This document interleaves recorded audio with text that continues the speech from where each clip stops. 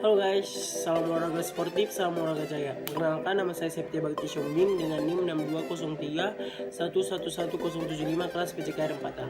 Oke, di video kali ini saya akan menjelaskan istilah-istilah yang terkait dengan strategi pembelajaran. Oke, kalian pada tahu nggak berapa istilah-istilah yang terkait dengan strategi pembelajaran? Oke, saya akan menjelaskan istilah-istilah yang terkait dengan pembelajaran, yaitu 1. Model pembelajaran, 2. Pendekatan pembelajaran, ke-4. Ketiga, desain pembelajaran, ke-4. Strategi pembelajaran, ke-5. Metode pembelajaran, ke-6. Taktik pembelajaran, ke-7. Teknik pembelajaran, dan yang terakhir gaya pembelajaran. Oke, sebelum ke penjelasannya, saya akan menjelaskan. Saya berasal dari Universitas Negeri Medan dengan Fakultas Ilmu Keolahragaan, Pendidikan Jasmani Kesehatan dan Rekreasi tahun ajaran 2021-2022. Oke, langsung saja ke pengertian dari model pembelajaran. Oke, yang pertama adalah model pembelajaran. Model pembelajaran adalah kerangka kerja yang memberikan gambaran sistematis untuk melaksanakan pembelajaran.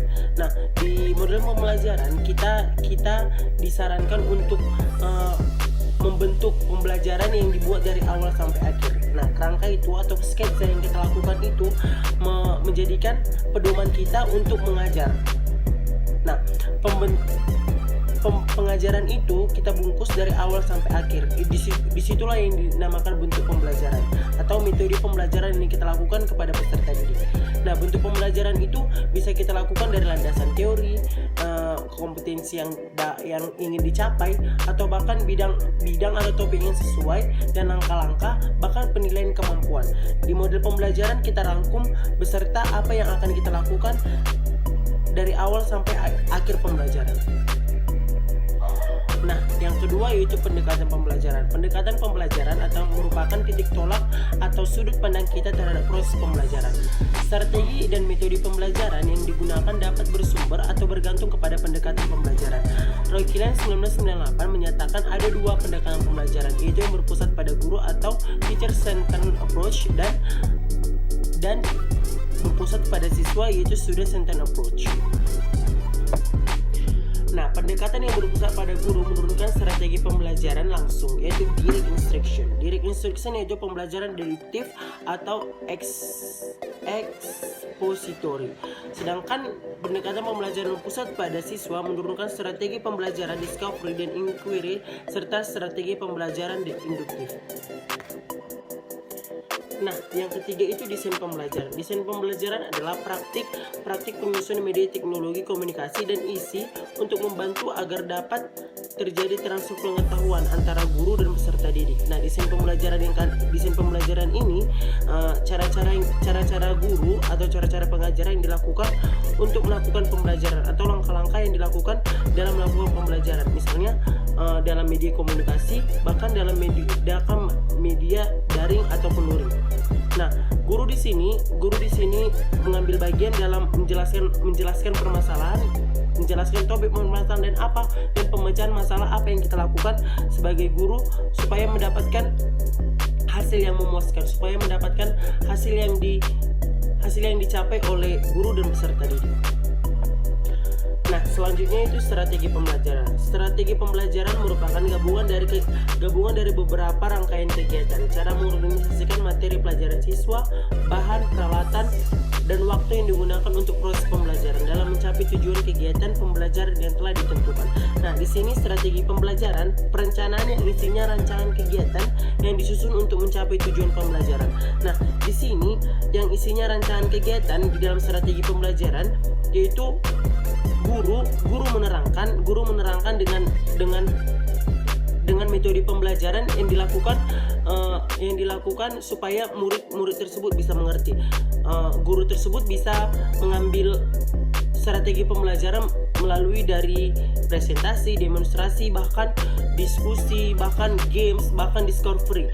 Guru di sini mengambil bagian atas kelancaran dan media komunikasi antara guru dan peserta didik. Nah, keputusan-keputusan yang diambil yang dari situ masih di konseptual sehingga mendapatkan suatu feedback antara guru dan peserta didik, dapat menerangkan, dapat menjawab soal-soal yang diberikan oleh guru. Nah, selanjutnya metode pembelajaran. Metode pembelajaran ini harus sebelum dari strategi pembelajaran. Nah, ketika metode pembelajaran ini dilakukan, jadi sebelumnya kita mempunyai strategi pembelajaran lalu melakukan metode pembelajaran. Metode pembelajaran merupakan upaya untuk mengimplementasikan rencana yang telah kita susun dalam kegiatan nyata agar tujuan yang kita lakukan berjalan dengan secara optimal. Nah, metode pembelajaran ini pengimplementasikan dari rancangan yang telah ditetapkan atau merealisasikan strategi. Nah, transfer pengetahuan di dalam metode pembelajaran itu bisa dari ceramah, tanya jawab, bahkan seminar. Nah, guru mempunyai peran memilih tiga ini supaya anak murid peserta didik bisa menyampaikan aspirasi, bisa menyampaikan argumennya melalui ceramah, tanya jawab, bahkan seminar. Nah, pengembangan keterampilan yaitu peragaan, praktikum, simulasi, bermain peran. Guru juga bisa mengambil peran dari pengembangan keterampilan dari 4 pemilihan ini, dari peragaan, praktikum, simulasi, bahkan bermain peran. Pembentukan sikap itu bisa diambil dari 2 contoh, yaitu praktikum dan sumbangsaran. Nah, praktikum yang di sini kita bisa langsung ke praktiknya. Kita langsung mencontohkan, kalau kita menjadi guru kita langsung mencontohkan apa yang akan kita lakukan kepada murid. Nah, sumbangsaran ini misalnya kayak kritik saran atau kita bisa melakukan feedback kepada murid-murid apa yang salah dan apa yang benar kita sampaikan ke sumbangsaran. Nah, yang terakhir pemecahan masalah. Pemecahan masalah bisa kita lakukan sebagai guru dan diskusi dan tugas mandiri.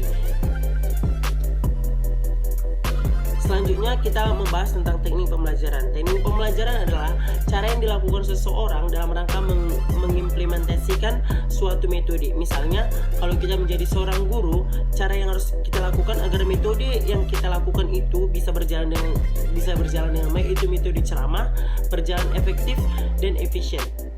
Misalnya, kalau kita melakukan metode ceramah pada siang hari, kita harus menentukan dan kita harus melihat kondisi apa yang kita lakukan dalam metode ceramah. Pada makan siang hari, itu kan jamnya bertepatan untuk makan siang.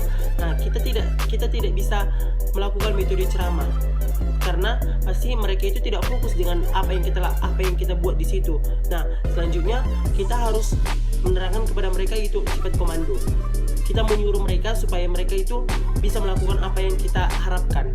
Jadi di dalam teknik pembelajaran kita harus melakukan metode komando, bukan metode ceramah.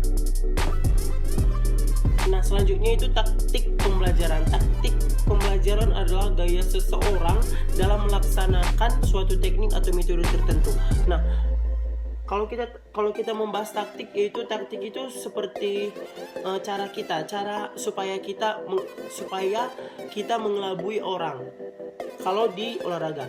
Nah, kalau di metode pembelajaran, taktik itu cara kita supaya peserta didik paham apa yang kita harapkan dan apa yang pengen kita sampaikan kepada mereka. Nah, sebagai taktik yang bisa saya sampaikan di sini ilustrasi bahwasanya kita menggunakan gaya bahasa agar materi yang kita sampaikan bisa dimengerti dengan baik oleh peserta didik. Nah, taktik pembelajaran itu lebih tepatnya ke gaya yang bisa peserta didik paham apa yang kita sampaikan. Oke, yang terakhir itu gaya pembelajaran. Gaya pembelajaran itu sama dengan taktik. Cuman di sini gaya pembelajaran adalah cara yang digunakan setiap individu untuk menyerap informasi dengan mudah. Nah, di sini kita sebagai pengajar atau tenaga pengajar, keunikan kita dan kekhasan kita dalam menyampaikan sesuatu pembelajaran. Nah, di sini gaya belajar kita pasti berbeda-beda dengan semua manusia dan semua tenaga kerja di sini. Nah, di dalam sini keunikan kita dalam menyampaikan masalah, dalam menyampaikan argumen, dalam menyampaikan pemecahan solusi, disinilah kita dapat mengambil peran supaya mereka dapat memahami dan mereka dapat memecahkan masalah mereka sendiri di dalam gaya belajar ini. Oke, sekian dari video saya, sekian dan terima kasih.